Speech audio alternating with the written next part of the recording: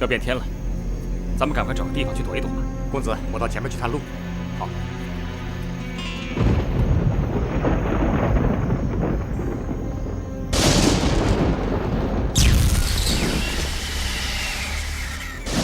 公子，什么事？公子爷，你看，鬼火，还真有点邪气。公子爷，我看看去。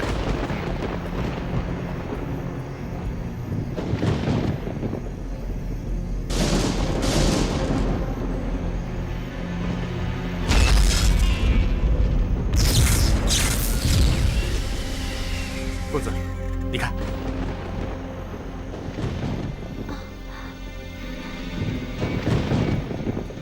公子，是一帮邪魔歪道在此聚会，没什么大惊小怪的。走了一天的路，有点累了。这个臭地方又不太好，回去吧。真是难得，今天疯子哥的性子居然改了。啊，表妹，这里不干净，咱们回去吧。全听表哥的。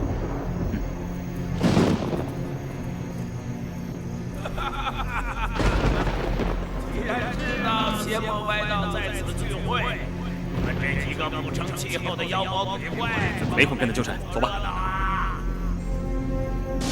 小畜生，这就想走？真想走也得向老祖宗。公子，让我去教训教训这个狂徒。他们不知道咱们是谁，由他去吧。是。好，就放过你们。不过这个小妞得留下，给老祖宗解解闷。怎么还不把小妞送上来？免得老祖宗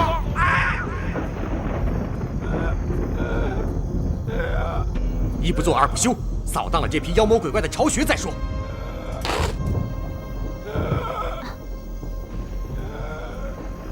表哥，是川西碧灵洞桑土公一派。这儿离川西很远，也是桑土公的地界。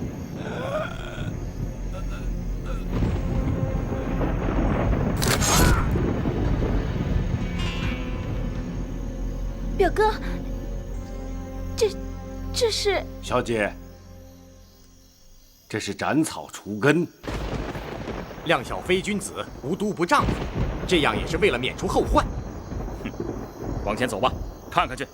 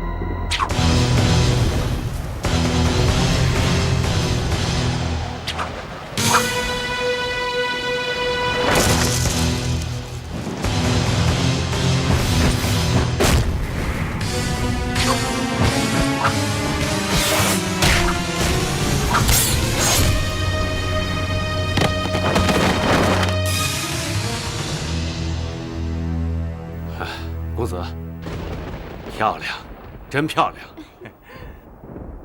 继续走。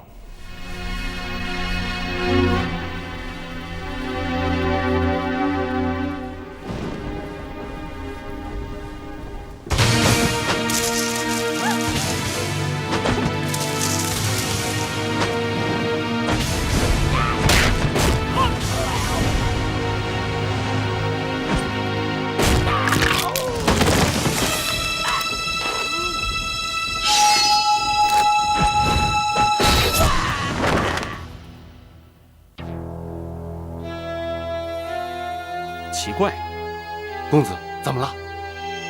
这些人的武功路数都不一样，不是一派的。不错，冤家是越结越多了。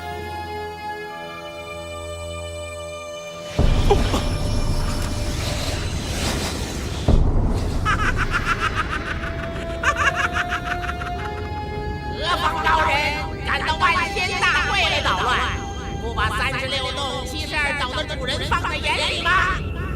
在下和朋友匆忙赶路，不知道众位在此相聚，多有冒犯。如有误会，大家一笑置之，请各位借道。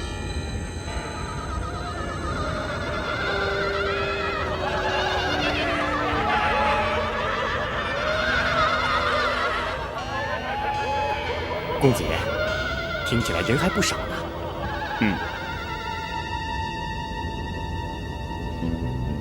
你们出手伤了我们的人，就这样放你们走？36洞和72岛的脸皮往哪儿搁呀？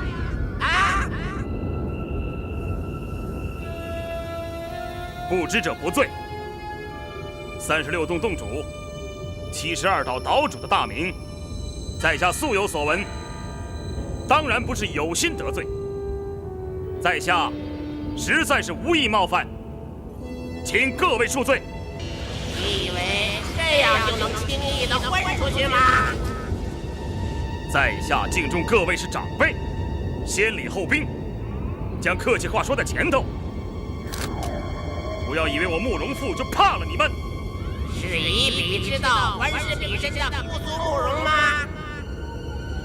不敢，正是在下。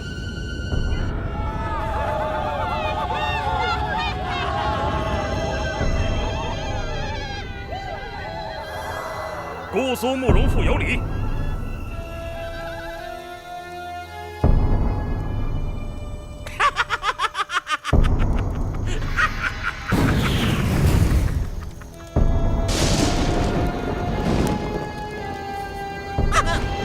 慕容复，我们知道你的名头很大，但来万仙大会搅和，那你也太小看我们了。我们都听说过以彼之道还施彼身，我想问问你，你要以我之道还施我身，该怎么办呢？啊？阁下是？老夫是想看看姑苏慕容到底是有真才实学，还是徒有虚名。我来问你，你要以我之道还施我身，该怎么办？可没想和你套近乎啊！既然如此，在下就奉陪几招，请出手。慢！我是在问你，不是和你动手。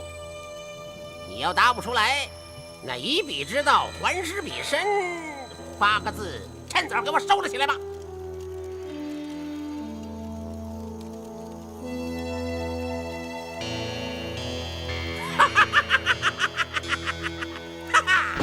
北乔峰，南慕容，好大的名头！嘿嘿，我36洞72岛的朋友们散处天涯海角，不爱理会中原的闲事。哎呀，真是山中无老虎，猴子称大王啊！像你这种乳臭未干的小子，也居然敢在江湖上划分南北！哎呀，真是好笑，真是无耻！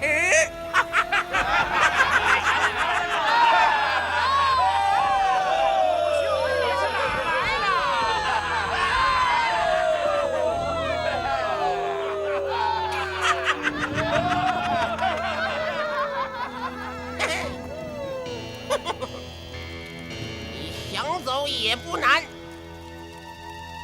就给36洞每位洞主、72岛每位岛主都刻上10个响头。算了啊，800、900、1000，一共刻上1080个头。哎呀，小子，你得刻上1080个头啊，老夫才放你走啊！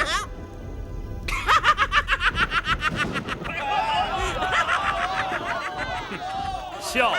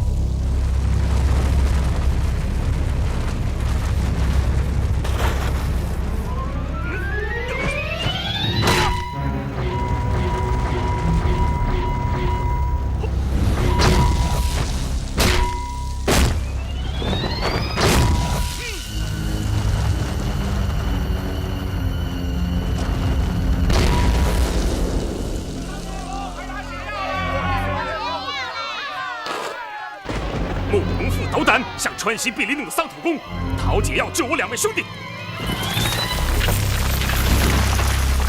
慕容公子，难道你不知道桑土公除了独门暗器，遁地术也很高明吗？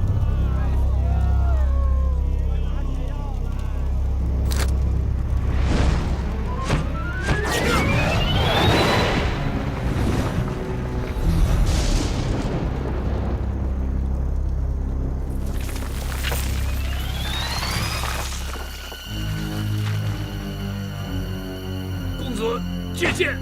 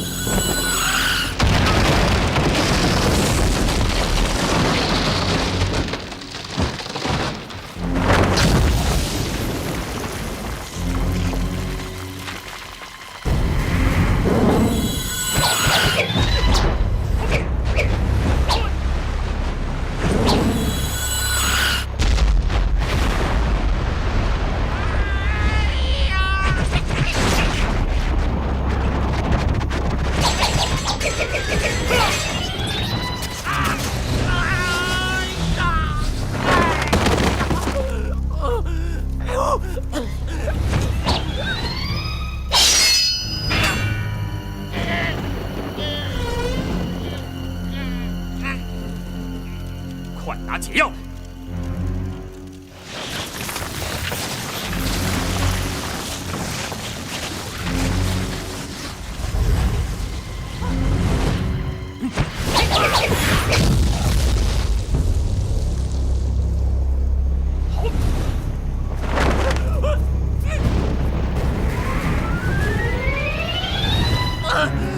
把解药拿出来！你放我下去！我要把你放下来，他会抓到你，我怎么放？快把解药拿出来！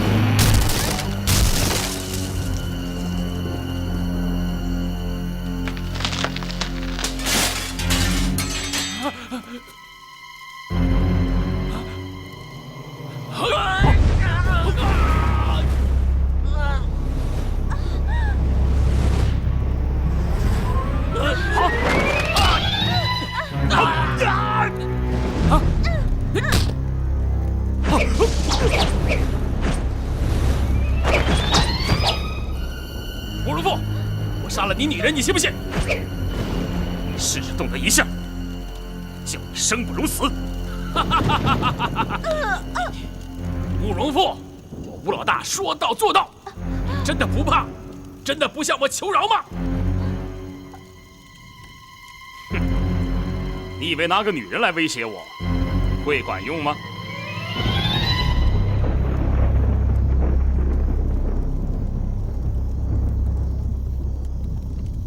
哎，我求饶啊！哎，我求饶！我求饶！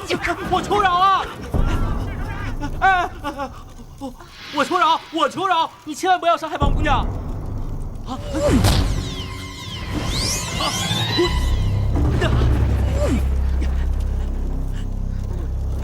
哎，王姑娘，你没事吧？段公子，是你？是我。你是什么东西？我是人，怎么是东西呢？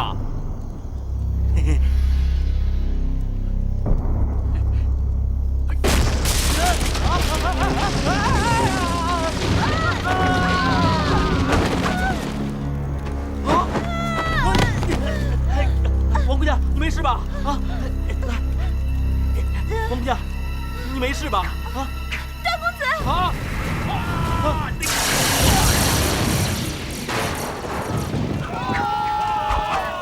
啊！王姑娘，我背你走啊！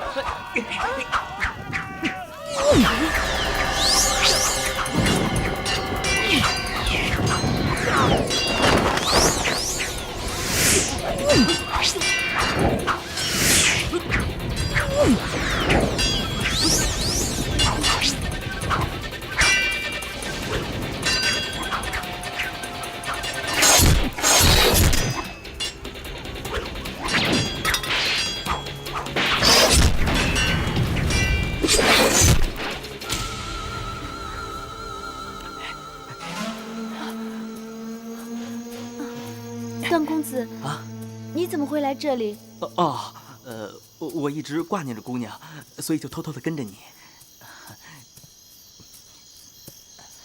你是不是很累啊？啊，不累啊。真对不起啊，我让人家点了穴道，我动不了了。你难受吗？要不你教我怎么解穴道，我帮你解开啊！啊，不用了，这个穴道它在哪里？你告诉我啊！在我的在哪里呀？啊，在我胸口啊！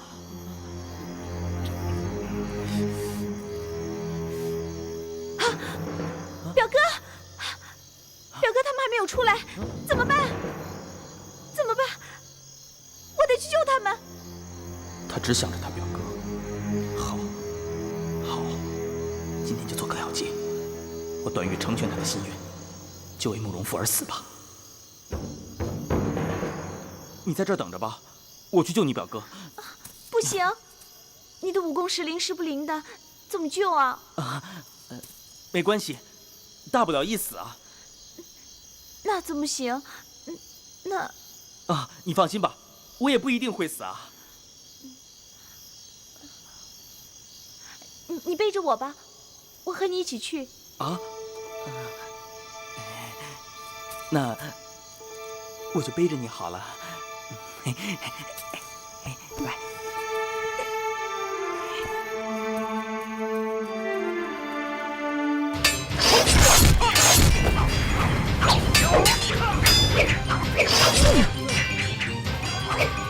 抢右侧，点了天龙穴。好。闪到身后，踢到后心。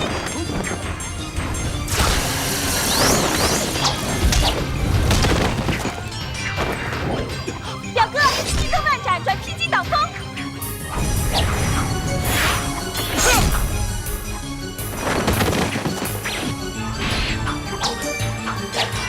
点在哪里？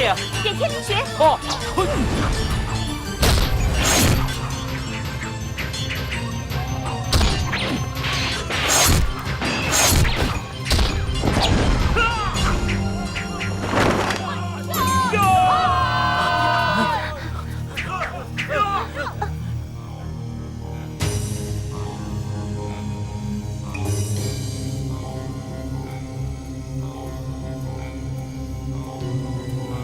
快走，快走！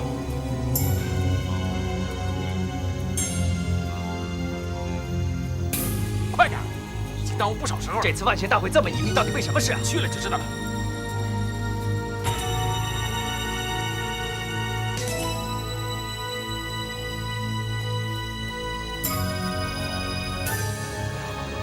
慕容公子，一位洞主岛主，为往日无冤，近日无仇，何苦如此狠动？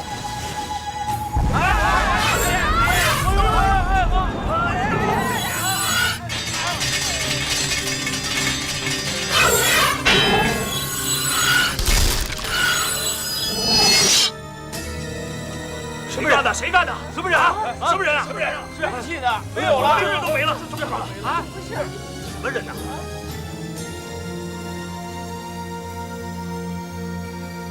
中毒之人危在旦夕，还是先救人吧。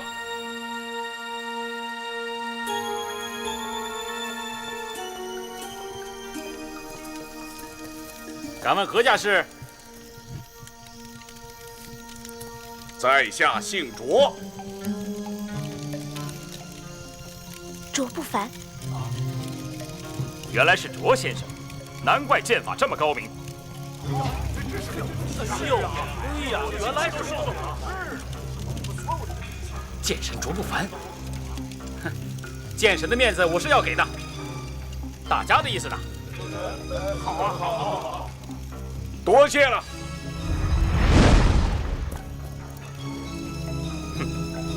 平虚临风，好轻功。那也不及这位公子的轻功高明，背着一位姑娘，还能来去自如。啊，段公子，你还是放我下来吧。哦，大家因误会冰刀剑，太不值当了。不如大家给我个面子，化敌为友。先请桑土空取出解药好了。我兄弟没事，我就不欠你了。在下路过此地，不知众高人在此相聚，多有得罪了。卓先生出头化解误会，在下十分感激，后会有期，就此别过。慕容公子，我吴老大今日结识你这样的英雄好汉，至感荣幸。青山不改，绿水长流。再会。慕容公子留步。吴老大，36洞洞主、72岛岛主在此聚会，是为了那个天山童姥吗？我们众兄弟散处四方八面，难得一见，今日在此聚会，并没有别的意思。吴老大，你知道慕容公子是什么人吗？北乔峰南慕容，这谁不知道？那就是了。这样的大人物，你们却失之交臂，不可惜吗？这，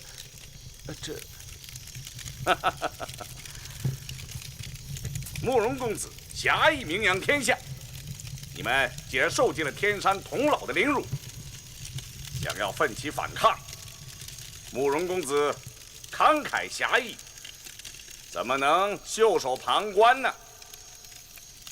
众位武功高强，就算有天大的事也应付得了，何况有卓先生这样的高手相助，还有什么对付不了的呢？在下确实有事，也怕耽误了众位啊。慕容公子，莫非你怕了那个人？哈，在下实在不知，你说的那个人是谁呀？缥缈峰灵鹫宫的主人，天山童姥。他怎么知道的？对呀，天山童姥是谁啊？在下确实不知，况且我与那人无冤无仇，实在是爱莫能助。且慢，吴先生有什么话要说？慕容公子，我们这里的事你全都知道了，这关系了几百人的大事，36洞、72岛的生死存亡，全系于一线之间。如果让外人知道了，你是信不过我了？哈，绝没有这个意思。慕容公子，因为这件事牵涉太大了，我们不敢冒这个险。哼，那你的意思是？不能走啊！绝没有这个意思。我不会泄露一个字就是了。我慕容复说过的话，没有不算数的。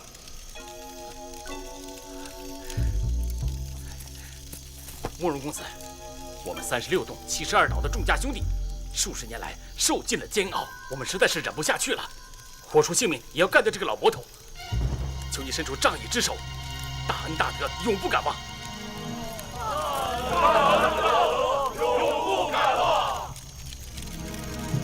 36洞72岛之中不乏高手，如果今日握住他们一臂之力，以后可要他们帮我实现复国大业。这里这么多好手，实在是一支精锐之师啊！快快请起，众位英雄，快快请起！慕容公子，你是答应我们了？公子，众位英雄不嫌弃在下，我慕容复供各位差遣就是了。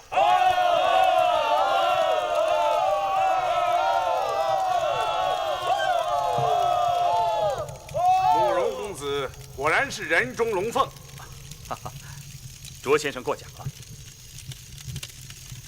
胡老大，大家同舟共济，关于天山童姥的事，你还得说给我们听听，大家好做准备。好，慕容公子、卓先生和各位，大家都不是外人了。说出来大家不要见笑，我们36洞72岛的众家兄弟，看起来是逍遥自在，其实个个都受童姥的约束。老实说，我们都是他的奴隶。他一年当中2次派人前来，把我们是痛斥一顿，骂的是狗血淋头。哎，你们一定认为我们挨了他的痛骂，心里会很气愤吧？其实不然，他骂得越厉害，我们越是高兴。非也非也，这就奇怪了，天下居然有这么贱的人，给人家骂得越厉害，心里就越高兴啊！嘿嘿，包兄有所不知吧？这天山童姥派来的人，如果狠狠地责骂我们一顿，这1年的难关就算过了。洞中岛上都要大宴数日，欢庆平安。哎，做人做到这般模样，果然是贱得很了。童姥派来的使者，不骂我们孙子王八蛋，不骂出18代祖宗，那就派人来打。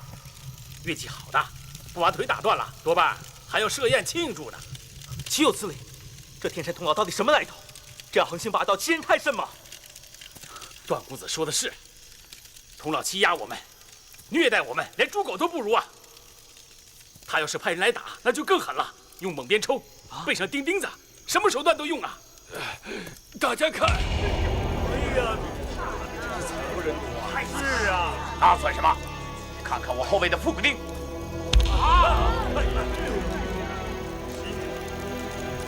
反了，反了！天底下怎么会有这样的恶人呢？我段誉决定和大伙齐心协力，为武林除去这个大害。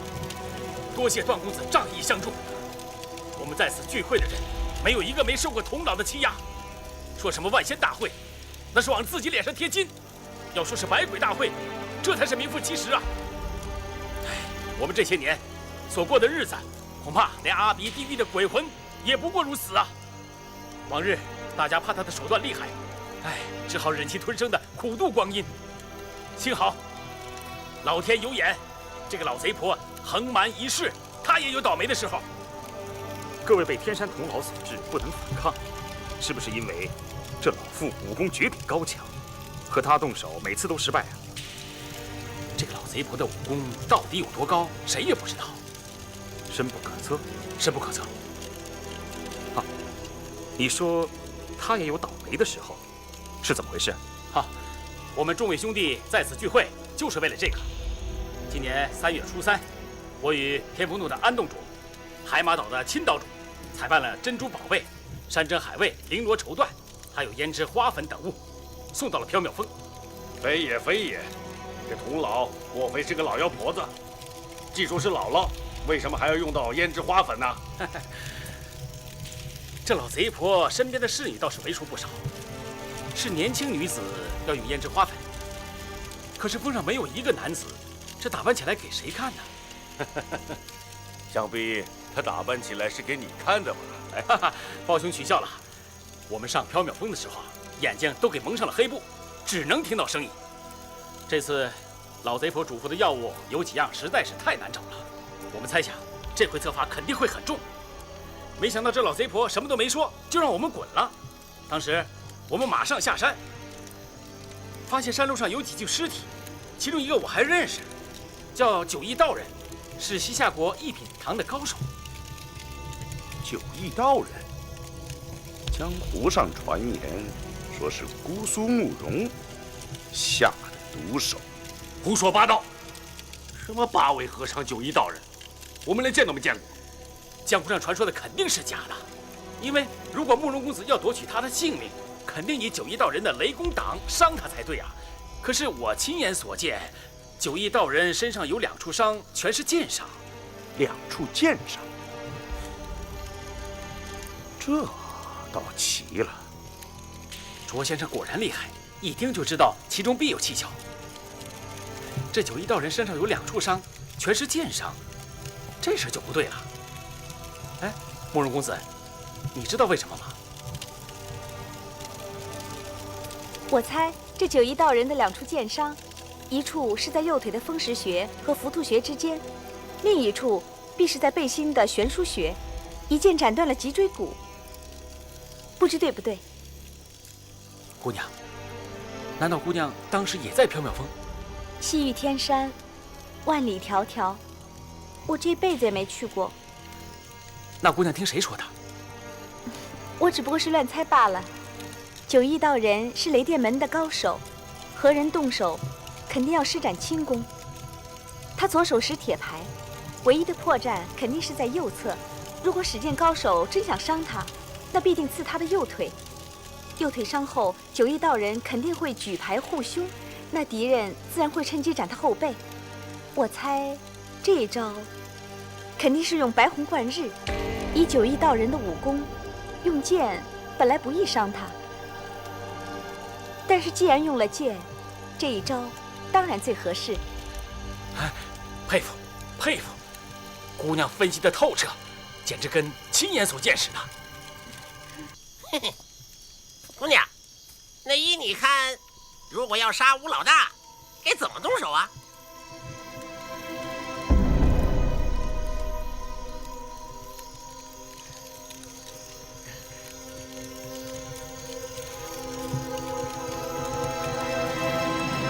哎，王姑娘，你想怎么杀我，就大声说出来。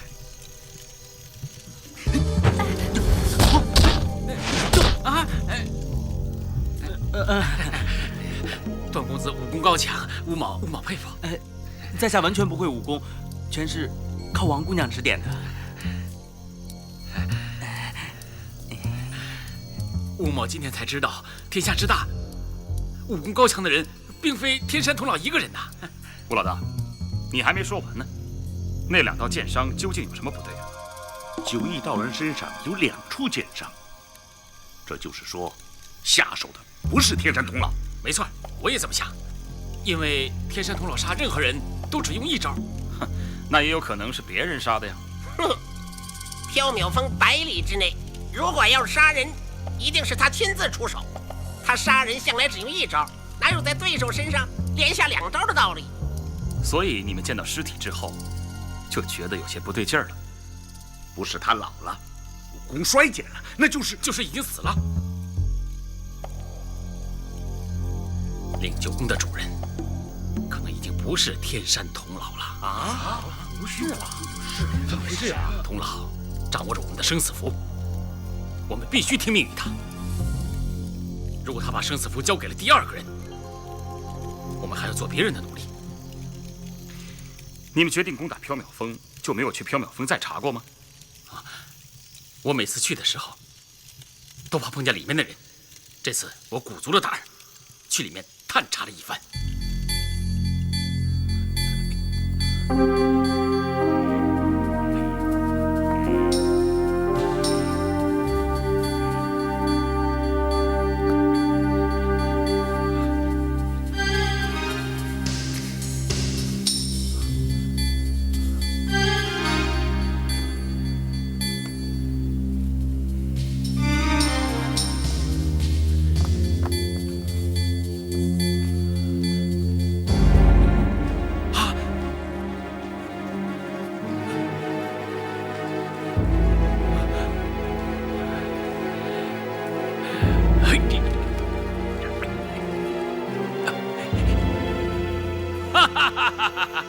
不怕大家笑话。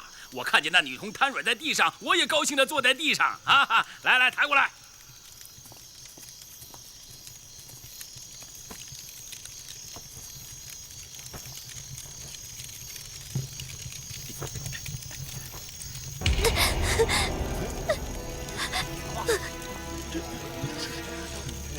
他怎么性格这叫？这个小女娃，这个女娃娃，便是吴某从缥缈峰上擒回来的。我抓到这个女娃以后，马上下山，然后一再盘问。可惜呀，她是个哑巴。看来她是真的什么都不知道啊！这样对待一个孩子，太残忍了吧？残忍？比起天山童姥，天下还有更残忍的吗？你们要报仇，该去找天山童姥才对啊！对付一个小姑娘有什么用呢？当然有用。诸位兄弟，今天咱们齐心合力反了缥缈峰，今后有福同享，有难同当，大伙歃血为盟，以图大事。有没有不愿意干的？我们愿意，我愿意。各位兄弟，请大家取出兵器，每人向这个女娃娃砍上一刀，刺上一剑。这女娃娃终究是缥缈峰的人，大伙的刀头喝了她的血，从此跟缥缈峰势不两立。就算再有三心二意，那也不容你再畏缩后退了。大前辈们，有请有请。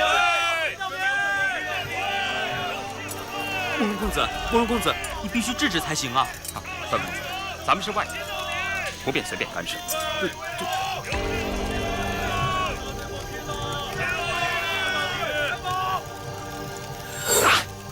不要！呀！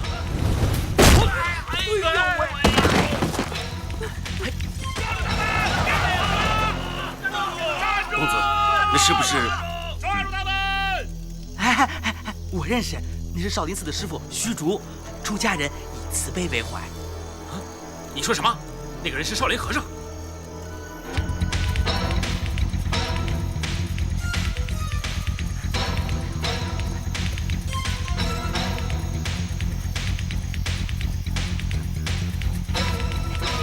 胆小鬼，只想到逃命。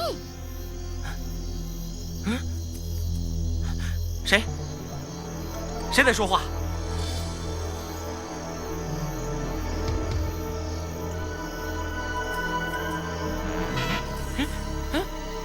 我是你姥姥。小妹妹，别闹了，现在很多人等着杀咱们呢。你快进来，我背你上山啊！快，来呀，快呀！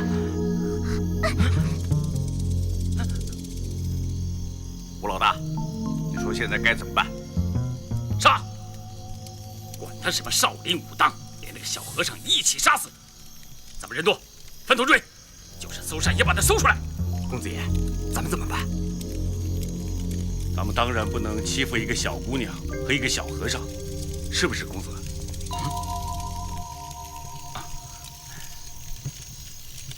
慕容公子是什么身份？怎么可能做出这种事情呢？是不是啊，慕容公子？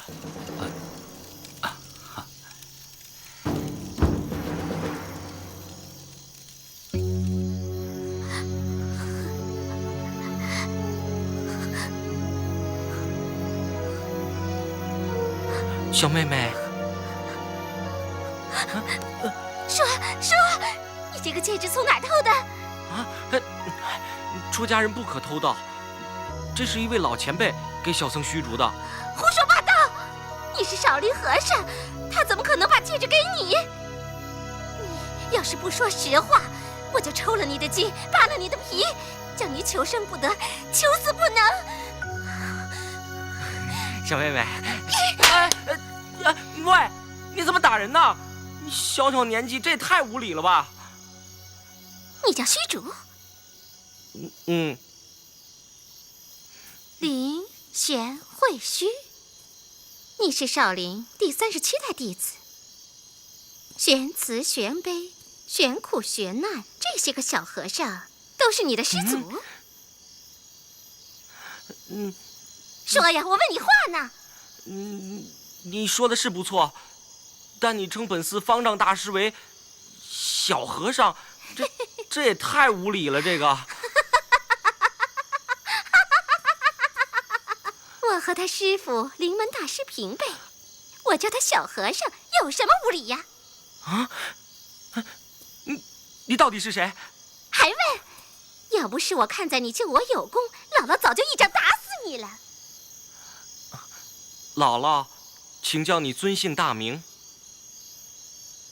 哼，这还差不多。我问你，你这戒指从哪儿弄来的？这戒指确实是那位老前辈给我的。小僧是少林弟子，实在不能收受。可当时那位老前辈快不行了。快不行了？他怎么了？他死了吗？啊？他长什么样子？快说呀！啊！他胡子很长，脸很白，长得像个老神仙。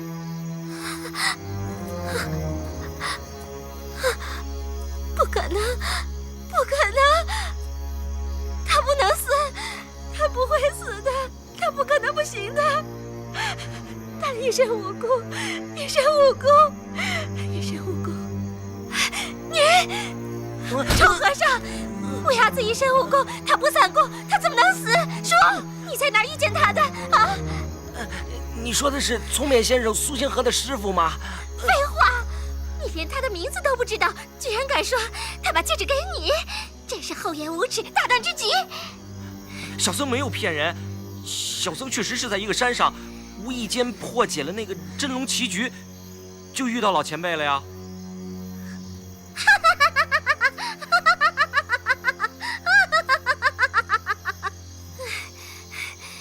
真龙棋局几十年来难倒天下多少人，凭你也能解得开啊？凭小僧自己自然是解不开的，但当时聪灭先生逼小僧落子，小僧就闭上眼睛胡乱下了一子，谁知道误打误撞就给解开了。哎呀，罪过，阿弥陀佛，阿弥陀佛。怎么可能？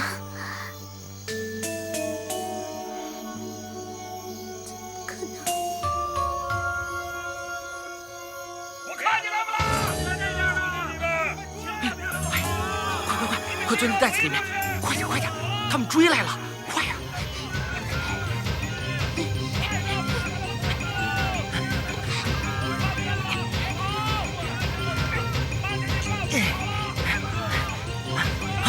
你先来扫，留下满地脚印有什么用啊？啊！那怎么办？上树啊！啊！上树！哎呀！这树这么高，怎么上啊？他明明力不弱，怎么武功这么差？连这点粗浅的轻功也不会，你提起跳一跳试试。好。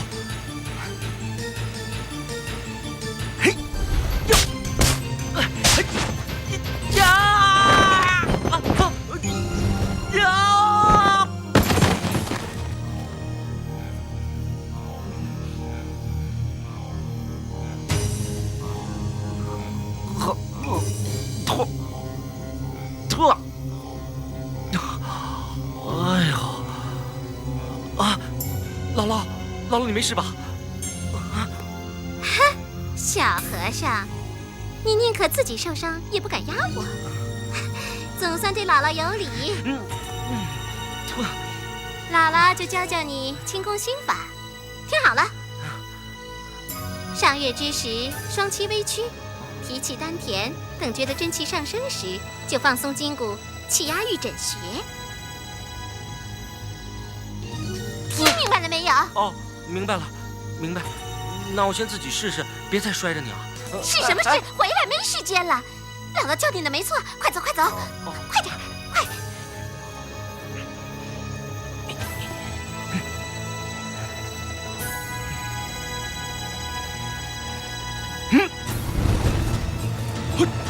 哟！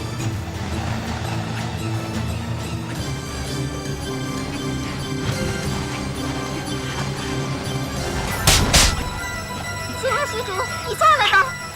啊！听见没有？快下来！好，快下来！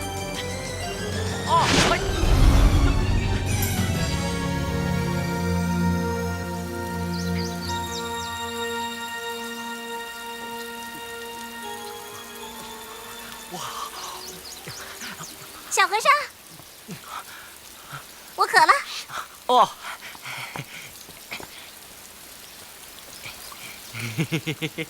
看你的样，真没出息，这么点粗浅的功夫也能乐成这样，快点！是。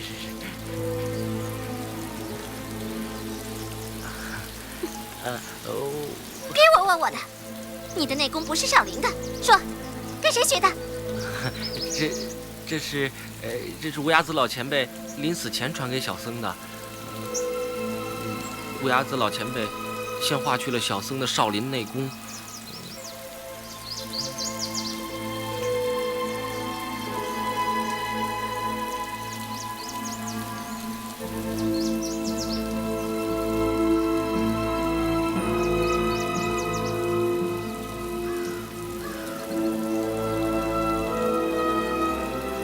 看来乌鸦子真是把逍遥派掌门之位传给你了。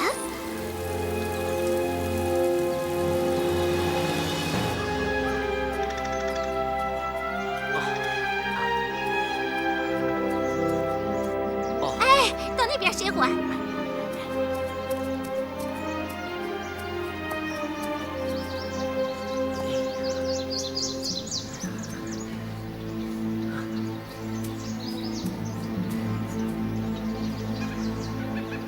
小和尚，过来。姥姥，这么说，乌鸦子真把逍遥派掌门人的位子传给你了？是啊，老前辈是这么说的。什么老前辈？乌鸦子是你师傅，你怎么还叫他前辈？这个，姥姥，小僧是少林弟子，不能改投别派的。那你是不愿做逍遥派掌门人了？我当然不愿意了，小僧是少林弟子。那好办，你把戒指给我，我替你做逍遥派掌门人的位子。姥姥，你来做。好啊，好啊，好啊。给。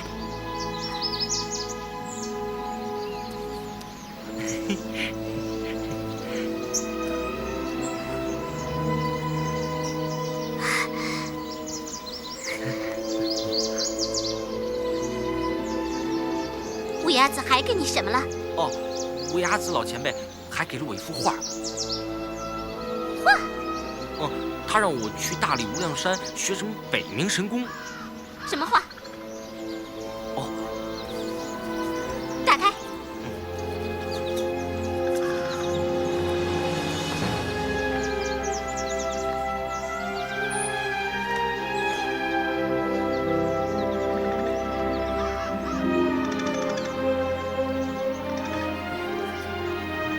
要这贱货教你武功，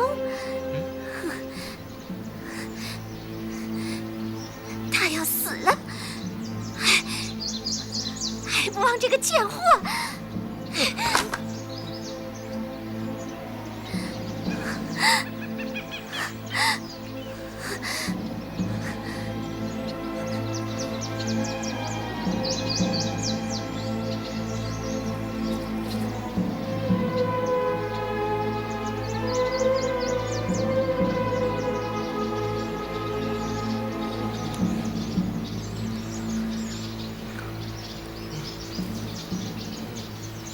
饿了吗？还真是有点饿。这里有很多羚羊，还有梅花鹿和竹鸡。我教你一门平地快跑的轻功，你去给我捉些来。啊，姥姥，出家人不可杀生，我是宁可饿死，也不会沾荤腥的。贼和尚，难道你从没吃过荤腥吗？小僧曾经受人欺骗，吃过一回荤腥。但那是无心之失，佛祖不会怪罪我的。反正现在要我杀生，我不干。哼！你不愿意杀鸡杀鹿，却愿意杀人，岂不更是罪大恶极？我什么时候愿意杀人了？等太阳到了头顶，我要是还没喝到鲜血的话，就死了。好端端的，干嘛要喝鲜血啊？我每日中午要是不喝鲜血，全身真气沸腾，姥姥我就活活烧死了。不杀生是佛门第一戒，让我杀生我办不到。你在这里，在这里，快来呀！他们在这儿呢，快来，在这儿，在这儿。姥姥，那个岛主，还有那个，你过来，我教你几手功夫，你去把他打倒。我不杀生，不算破戒吧？不杀生就好。可我怎么打得过他呀？笨蛋！乌鸦子是苏星河和丁春秋的师傅，他把70多年的功力都传给了你，一个破岛主怎么能和你比？跟我学，伸出右手，真气运到左臂，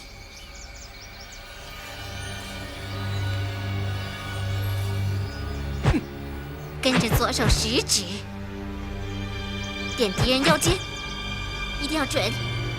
要是有半分差错，不但连敌人也打不倒，自己的命也得丢，知道吗？真是太笨。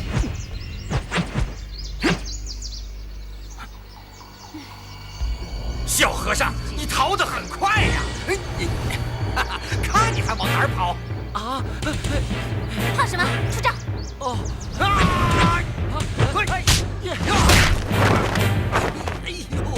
小和尚，敢跟爷爷动手！啊！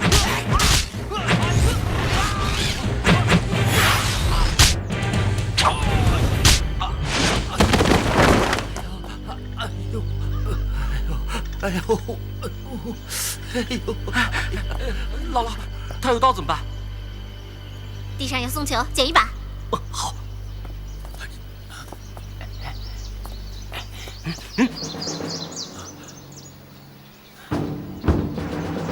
姥姥，砸他干嘛不用石头？你不是不杀生吗？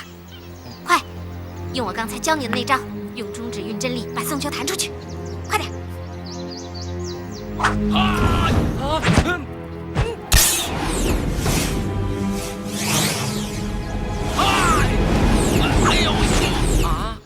打歪了！小和尚，耍大爷我呢！笨蛋，你没有两手指头啊！哦。哎呦！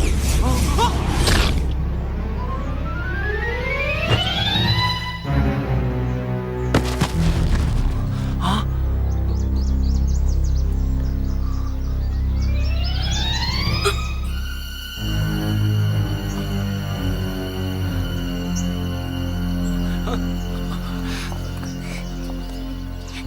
哎，你那是干什么？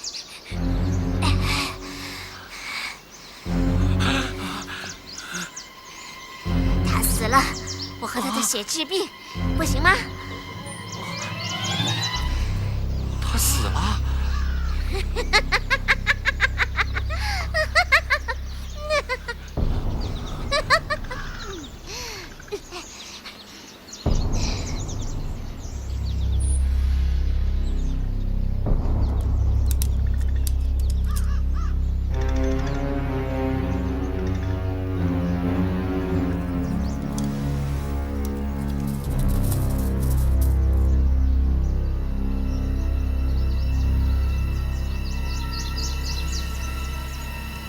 吴先生，小僧实在不知道松球能伤人。小僧犯了杀戒，实在是罪孽深重。我要知道松球能杀人，我怎么着我也不会扔啊！臭贼秃，你内功高强，我吴老大技不如人，死就死了，你还说什么风凉话？什么松球不能伤人啊？这北冥神功我是知道的。什么北冥神功啊？哎呦！今天是便宜了你这个小和尚。北冥神功本是不外传的，你能学会，也是缘分。吴老大，眼力不错呀，还能瞧出这手功夫。哎呦哎呀，你是谁？你不是哑巴吗？怎么不说话了？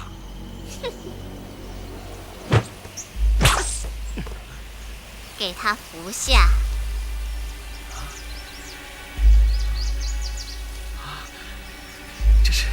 这是九转雄蛇丸。不错，你还真有点见识。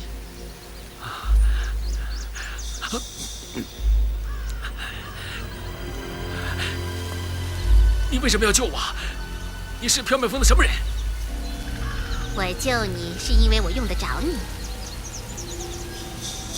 我一心想抓你回去，和众岛主杀你立盟。你怎么用我？光明磊落，是条汉子。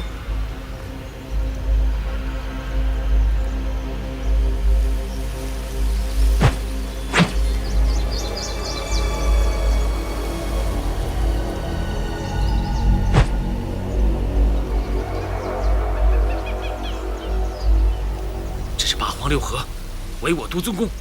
你是谁？童老的弟子吗？我刚才给你服了几粒药丸？2粒。灵鹫宫九转雄蛇丸神效无比，何必要用2粒？再说，你这猪狗不如的畜生，也配服我2粒灵丹吗？那另外1粒是？看看你的玉堂雪。啊！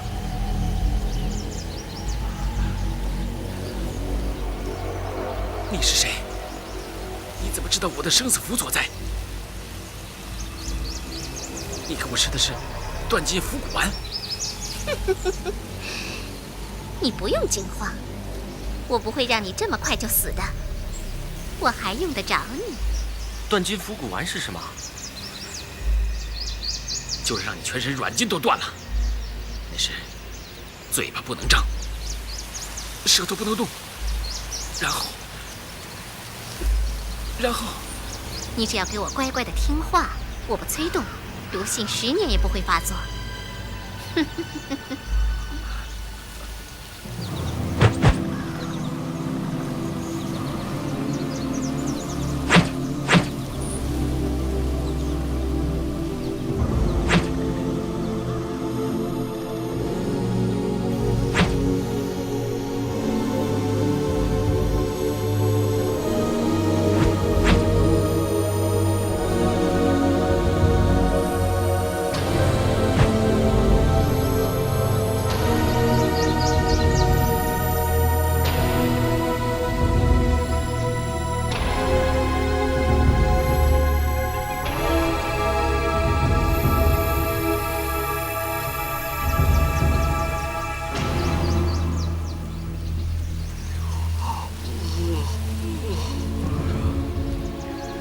吴老大，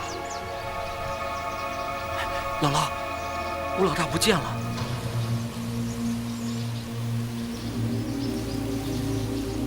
吴老大，吴老大，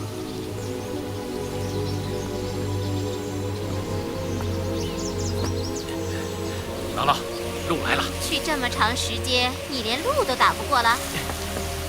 和尚，生火，烤鹿肉。啊！哎呦，罪过罪过，不能杀生，不能杀生。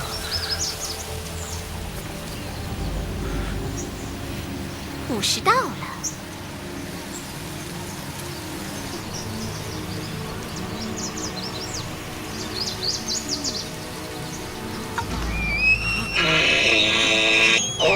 又吸血了。罪过罪过。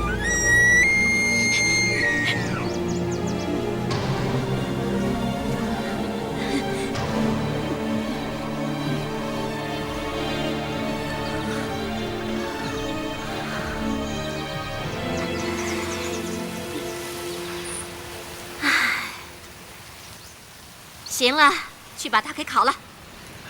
是。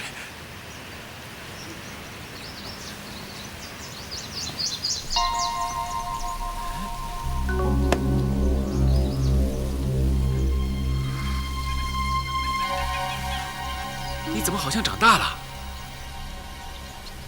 眼力不错嘛，居然看出我长大了。但身体好像没长大。天山童姥身材勇如女童，自然是长不大的。天山童姥，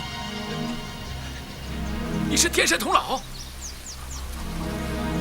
你当我是谁呀？姥姥我身如女童，难道你眼睛瞎了，瞧不出来吗？哎呀，我早该知道，我真是天下第一号大笨蛋呐！我以为你是灵鹫宫的小丫头，没想到你就是天山童姥。哎呀，我该死，该死，该死！哎呀，我该死，该死！哎呀，这该死！你呢？哎呀，你认为我是什么人呢？我以为你是个借尸还魂的女鬼。放屁！什么借尸还魂的女鬼？你明明是个小女孩，却偏偏让我叫你姥姥。要不是鬼魂附身，怎么会这样呢？小和尚，异想天开。哎，你有机会没杀我，现在后不后悔呀？啊？不错，我实在是后悔呀！我3次上缥缈峰，听过你的声音，可是我的眼睛被人蒙住了，没见过你的面，我真是有眼无珠啊！哎呀！不但你听过我说话，36洞72岛的妖魔鬼怪，听过我说话的人实在是不少。我要是不装哑巴，早让你们给杀了。你武功那么高，杀人不用第2招，我怎么抓你时，你不反抗啊？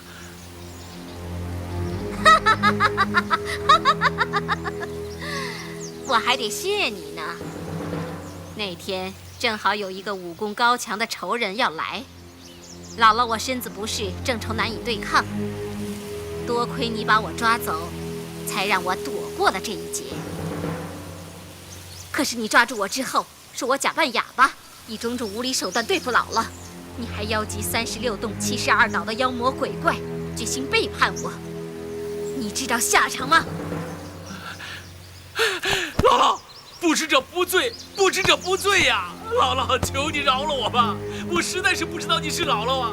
我要知道你是天山童姥，借我10个胆子也不敢冒犯您呐！姥姥，饶命啊！姥姥，饶命啊！姥姥，站住！饶命啊！你去哪儿？姥姥，小僧这几天做了不少傻事，这就要告辞了。你做什么傻事了？姥姥，你武功威震天下，小僧有眼不识泰山，不知深浅的出手救你，让姥姥你笑话了，小僧自己也觉得无地自容。你起来，再给我弄条路来。是是。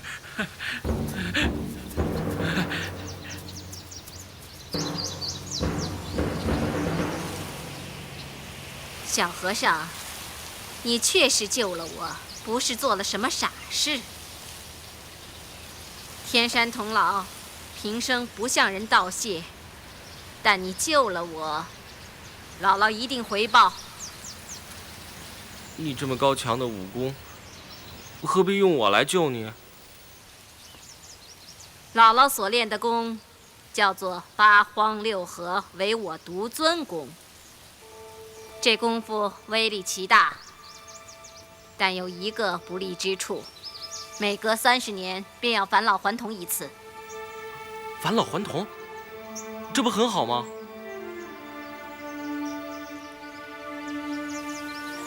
我看你这小和尚忠厚老实，又救了我的命，还和我逍遥派渊源极深。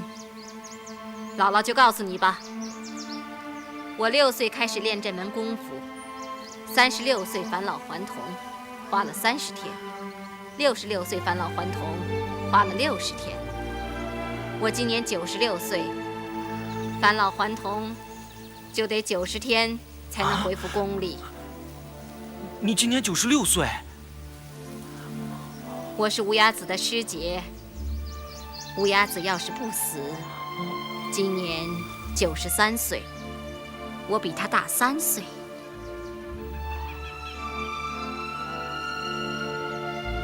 这八荒六合唯我独尊功是一门神奇无比的内家功夫，只是我练得太早了，6岁开始修炼，所以比别的女子身小，老是这样。哦，我听我师傅说起过，说练手少阳三焦经脉就能这样。不错，少林派不愧是天下武学之首，连你这么个小和尚，居然也有这样的见识，不简单呐。我也是听我师傅说起过。哎，姥姥，你今年返老还童会怎么样呢？返老还童期间，武功全失，修炼1天，功力恢复到7岁；第2天恢复到8岁；第3天恢复到9岁。每1天等于1年，每天必须喝鲜血才能练功。我有个死对头，他知道我功夫的练门，算出我返老还童的日子，要来找我寻仇。姥姥我正愁没办法对付他。哼，正好那个吴老大闯上山峰，把我抓走了。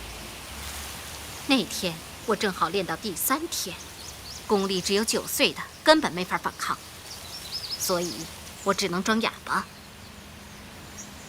前几天我一直找不到鲜血喝，要不是你，我再耽搁1、2天，真气胀裂出来，我就死了。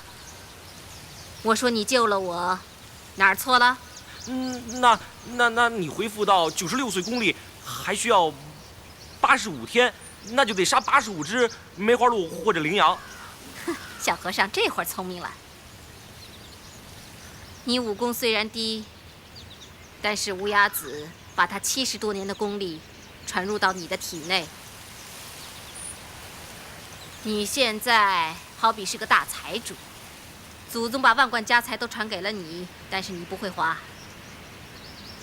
姥姥我就教你怎么花。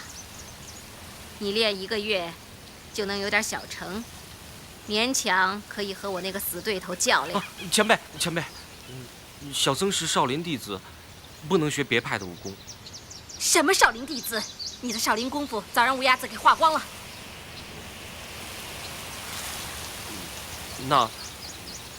那小僧就回少林寺从头练起。反正我是少林弟子。你，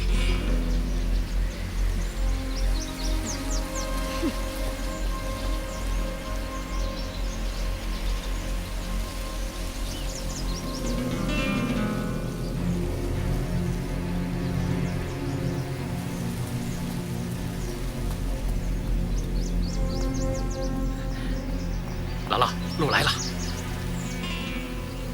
今天鹿血喝过了，你把它给我宰了。不行，姥姥，这鹿这个……好啊，只要你听我的话，我可以不杀鹿。但你要是不听，哼哼，你信不信？我把这山上所有的鹿都杀了。我信，姥姥，把这小鹿放了。虚竹听你的吩咐就是了。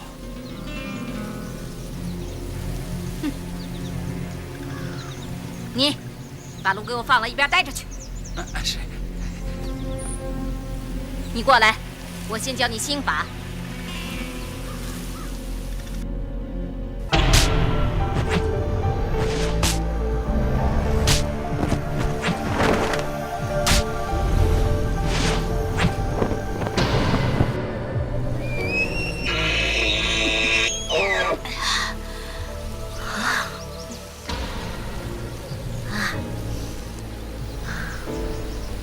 给他敷上。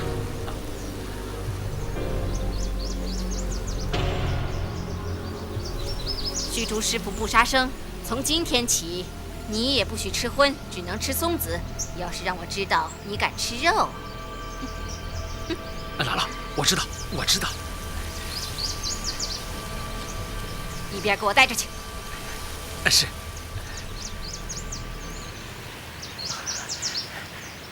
多谢姥姥不杀这只小鹿，小僧。行了，你别废话，赶快给我练功。哎，快点。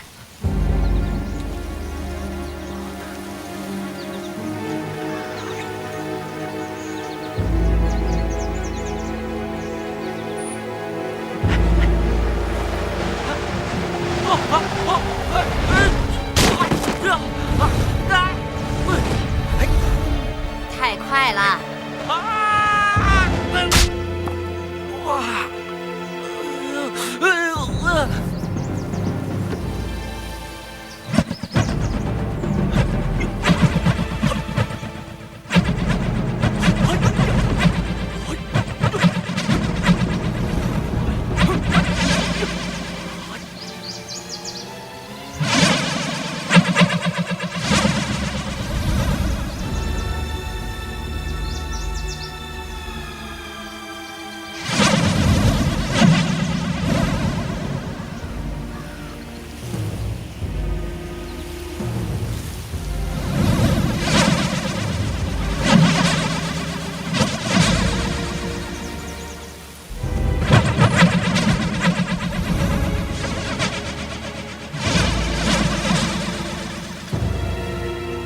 猪羊的血没什么灵气，不如梅花鹿和羚羊。走，咱们去御花园，捉些仙鹤、鹦鹉什么的，我喝血，你吃肉。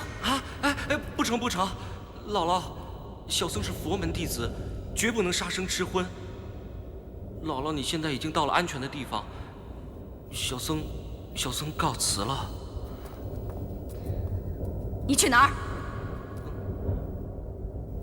小僧回少林寺。做梦！你得陪我到神宫回复，杀了那个贱人才能走。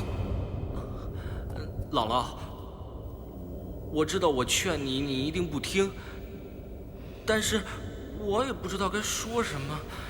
反正冤家宜解不宜结啊。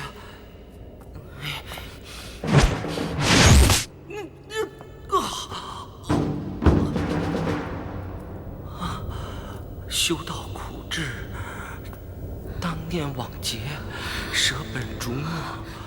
念什么呢？啊？菩提达摩的《悟道四行经》。达摩不是你们少林寺的老祖宗吗？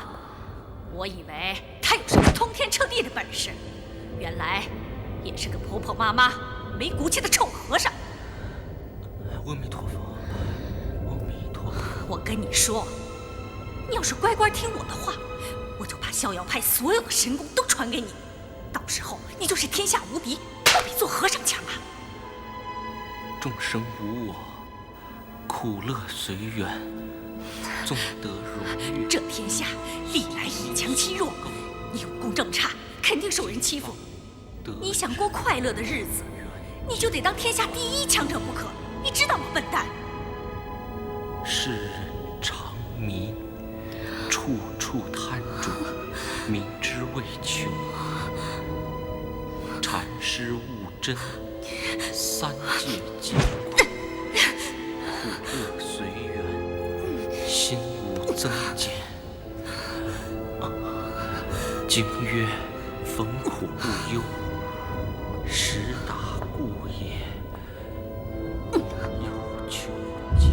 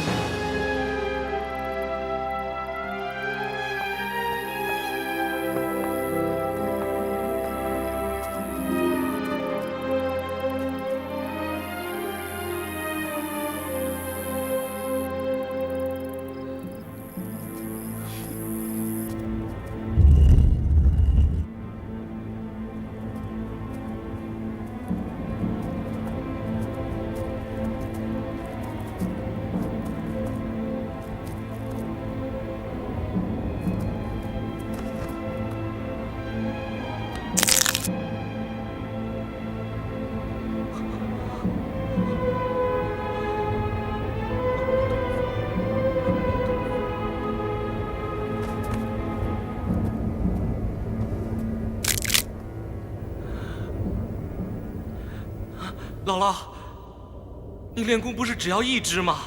干嘛多杀一只啊？我是好心给你吃的呀。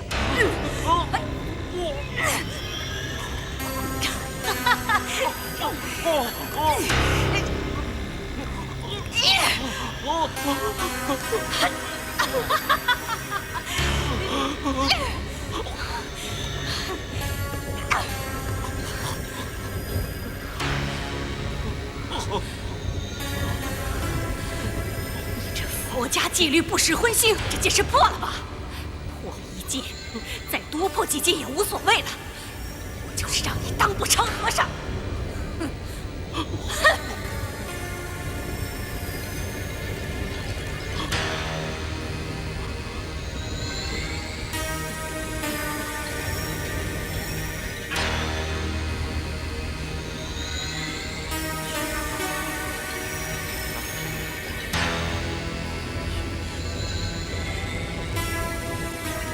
荤腥都尝过了，还念什么经？小僧是被人逼迫的，不是自愿的，不算破戒。哼，那依你的意思，我要是不逼你，你就不会破戒？绝不会。好，那咱们就赌一赌，我再也不逼你了。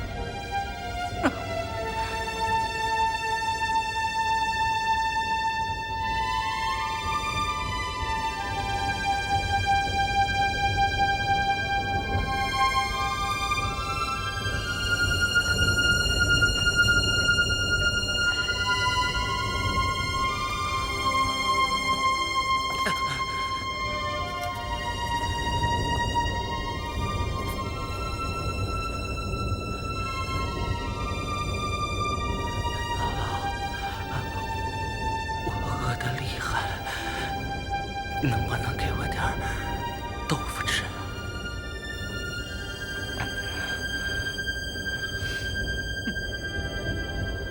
红烧肉、清蒸肥鸡、糖醋鲤鱼，这可都是宫廷御膳呐。阿弥陀佛，小僧宁死不吃。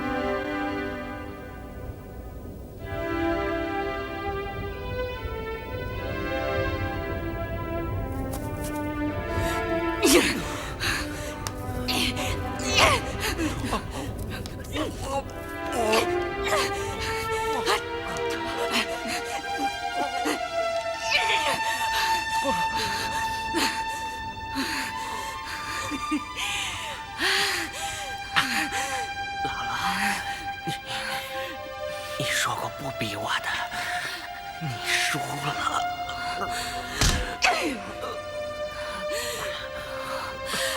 臭和尚，你敢跟我天山童姥作对，我告诉你，我要让你知道你祖姥姥的厉害！哼！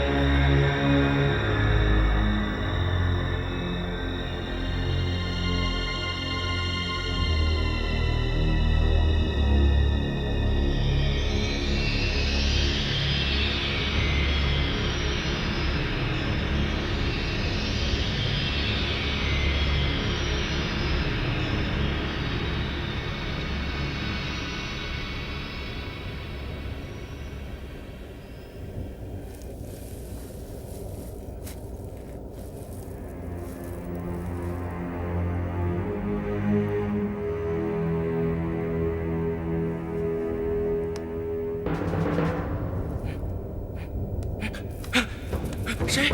你在这里干什么？好冷，这什么地方？好冷啊！好冷，好冷！抱紧我，抱紧我！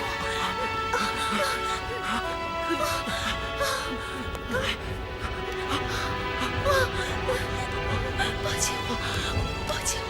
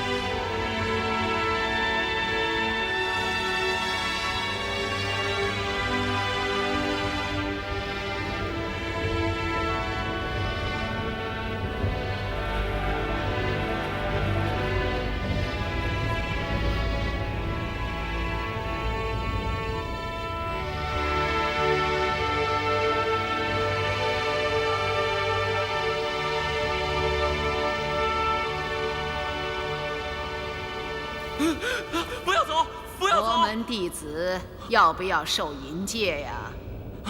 这是你自己犯的，还是姥姥我逼的呀？嗯，姥姥，别打岔！你这口是心非、风流好色的小和尚，你倒是说说，是你赢了，还是姥姥我赢了？哈哈哈哈哈！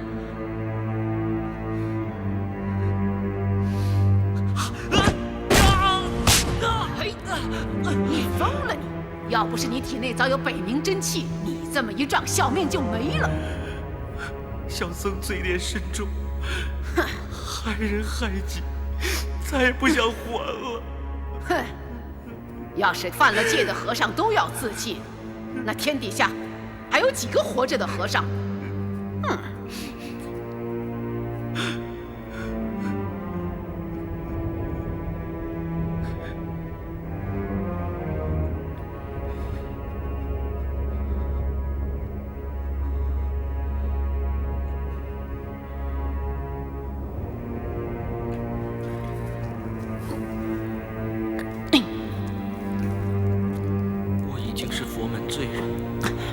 不但拜入了别派门下，背叛师门，又接连犯了杀戒、淫戒，还算什么佛门弟子？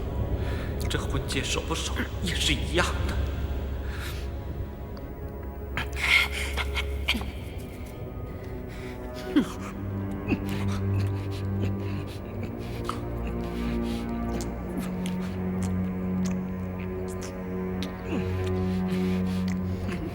率性而行才叫真人，这才是好小子。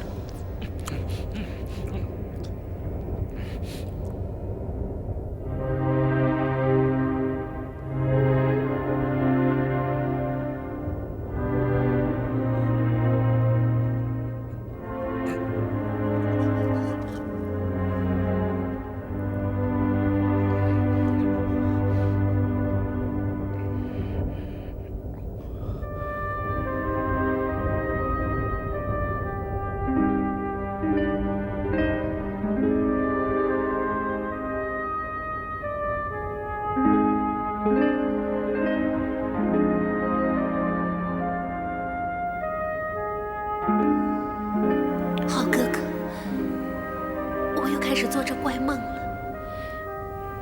我又是害怕，又是什么？又是喜欢。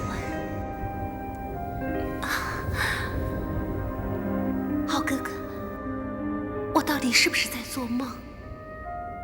要说是梦，可我清楚地知道你在抱着我。我还可以摸到你的脸，你的胸膛，还有还有你的手臂。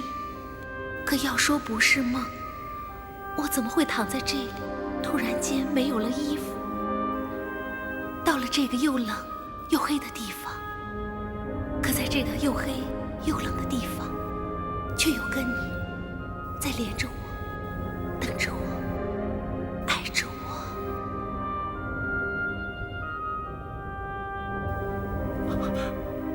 我是……不要说，我好害怕。你怕什么？我怕你一出口，这梦就醒了。你是我梦中的情郎，梦郎。梦郎，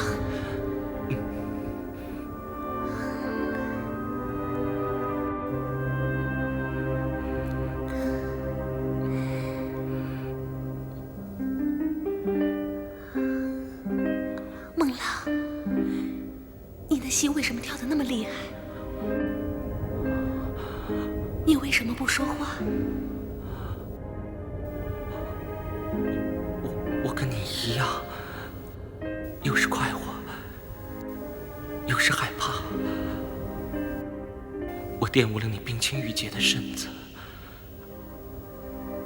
死1万次也报答不了你。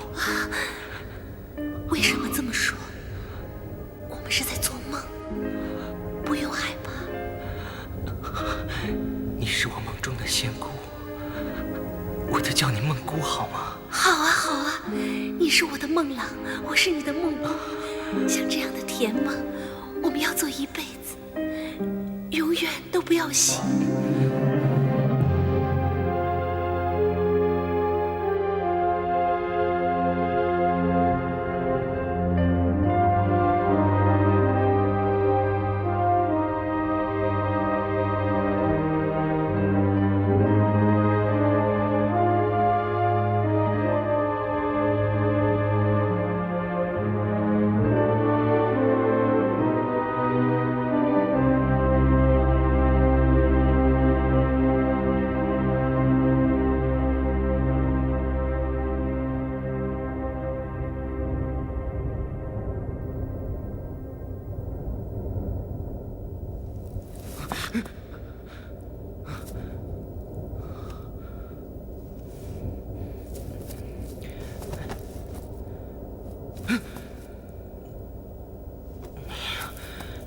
你想知道夜夜跟你相会的梦中姑娘是谁吗？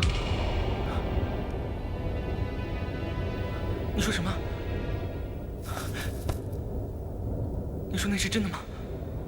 不是做梦。梦姑，姥姥，你告诉我她是谁？真想知道？是啊，是啊，是啊。那容易呀。要真是这样的话，晚辈不知道该如何报答前辈才好。我不要你报答。等我的8荒6合唯我独尊功练好之后，就去找李秋水那个贱人算账。可是我现在断了一条腿，不是他的对手。万一我死在他手里，就没办法带那姑娘给你了。除非怎样？除非你助我一臂之力。小僧武功低微，你又能帮得上什么忙呢？从今天起，我再教你一套天山6阳掌的功夫。等我和那贱人斗到生死关头，你只要打那贱人一掌，他就会真气宣泄，必死无疑。我虽然犯了戒，做不成佛门弟子，但要我帮他杀人，这种违背良心的恶事，我可万万做不得。姥姥要小僧相助一臂之力，原本是应该的。但如果因此你杀了他，小僧却是罪孽深重，从此沉沦万劫，不得超生了呀！臭和尚！你这和尚早就当不成了，还存着和尚心肠，你算什么东西？像李秋水那种贱人，杀了他有何罪孽？就算是大奸大恶之人，也应该教诲感化，不能随便杀人。好了，你不听我的话，杀不杀都随便。那个和你睡觉的姑娘，你就别想再见她了。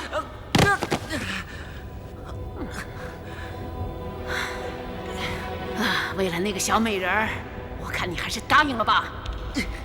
要小僧为了自己的幸福和快乐而去伤害他人性命，这种事小僧绝难从命。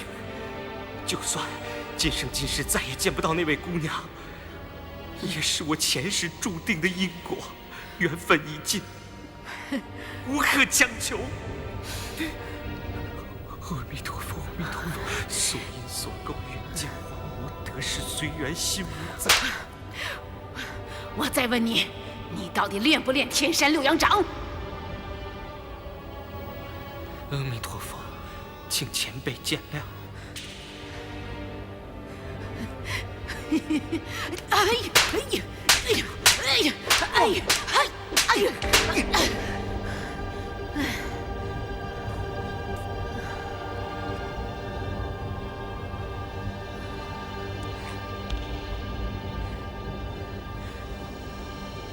好，你给我滚，滚得越远越好，滚！既然这样，请前辈自己多多保重，晚辈不能再伺候您了。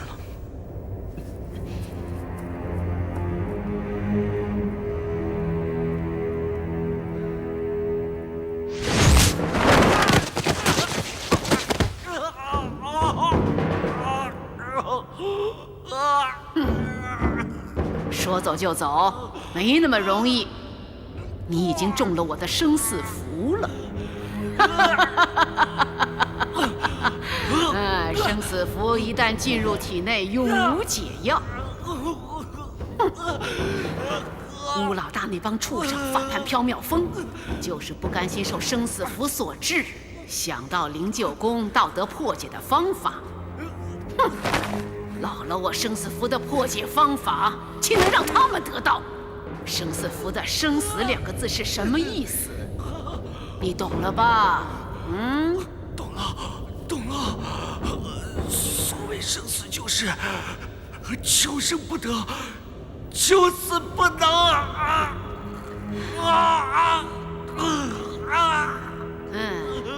天山童姥恩怨分明，有奖有罚。你救过我的命，跟吴老大那帮畜生大大不一样。我把生死符种入你的体内，那是罚；可是我再给你解开，那是赏。咱们把话说明在先。如果你想以此为要挟，让我干那些伤天害理的事情，小僧宁死也不肯啊！看不出来，还是条硬汉子。不过我要告诉你，生死符一发作，一天比一天厉害，奇痛巨痒，周而复始，永无休止。每年我派人去巡查各洞各岛，就是赐给吴老大他们镇痛止痒的药。哼，我说过，你跟吴老大那帮畜生不一样。我在你身上一共中了9种生死符，我可以一起帮你解去，斩草除根，永无后患。姥姥，多谢姥姥，多谢姥姥。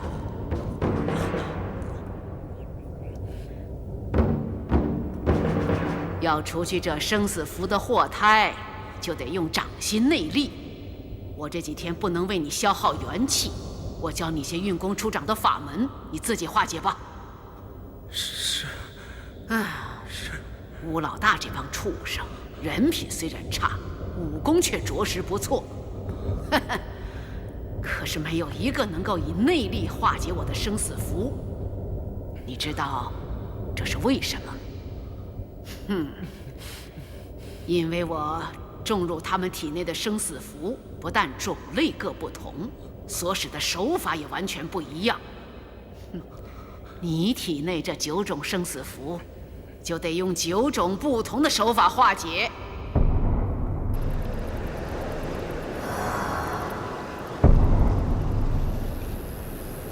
你知道这生死符是什么东西吗？不是一种暗器吗？不错，是暗器。可你知道是什么暗器吗？我身上中了9种暗器，虽然又疼又痒，摸上去却无影无踪，身上也没有伤口流血。我实在不知道是什么东西。这就是生死符，拿去好好看看。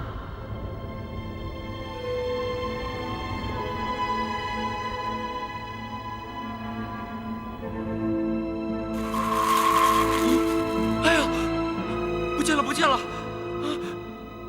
坏了，姥姥，我又中毒了，又中了。我给你的生死符其实就是块薄冰，明白了吧？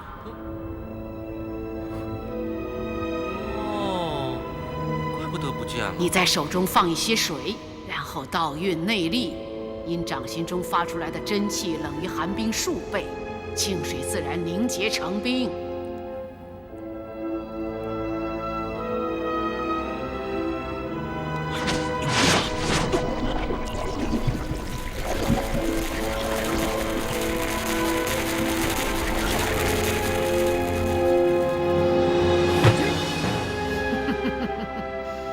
不错，学得蛮快的呢。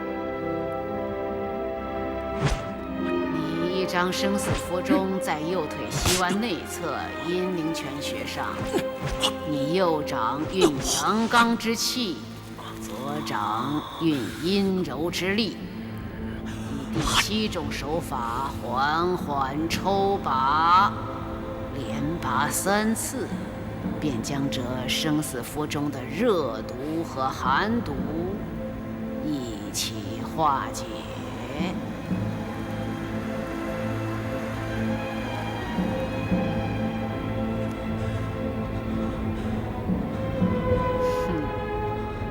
明天中午我的神功就要练成了，今天我要好好定下心来静思一番。你别打扰我，以免乱了我的心思。